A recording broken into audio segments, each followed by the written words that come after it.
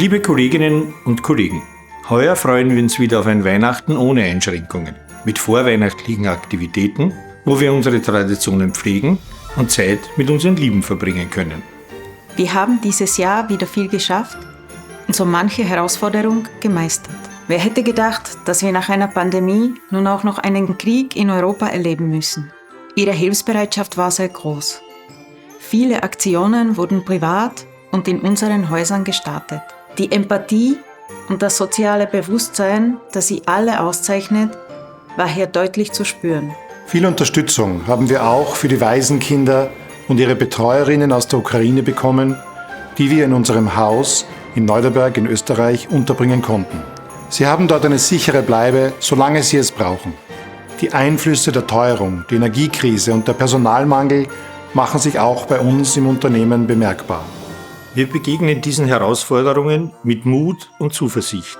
Wir haben in den letzten Jahren bewiesen, dass wir daran wachsen können. Unsere Mission ist es, Menschen bestmöglich zu betreuen und für ihre Gesundheit und Lebensqualität zu sorgen. Gemeinsam erfüllen wir eine wichtige Rolle und leisten unseren Beitrag für die Gesellschaft. Bewahren wir uns den besonderen Zusammenhalt, der unser Unternehmen auszeichnet. Wir danken Ihnen für Ihre Loyalität und Ihren unermüdlichen Einsatz.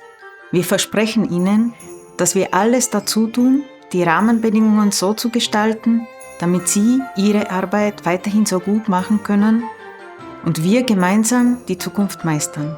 Wir werden überall ansetzen, wo wir etwas bewirken können. Weiterhin innovative Wege gehen, um Personal zu finden und auszubilden, um unsere Strukturen und den Einsatz von Ressourcen zu optimieren, sowie Energiesparmaßnahmen erfolgreich umzusetzen. Wir arbeiten stetig an der Verbesserung unserer Qualität und daran, diese besser sichtbar zu machen. Danke, dass Sie diesen Weg mit uns gemeinsam gehen und uns vertrauen.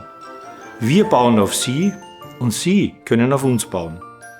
Wir wünschen Ihnen und Ihren Familien von ganzem Herzen eine schöne Weihnachtszeit, erholsame Tage und ein glückliches und gesundes neues Jahr. Vesele Vánoce. Vesel Božić. Sretan Božić.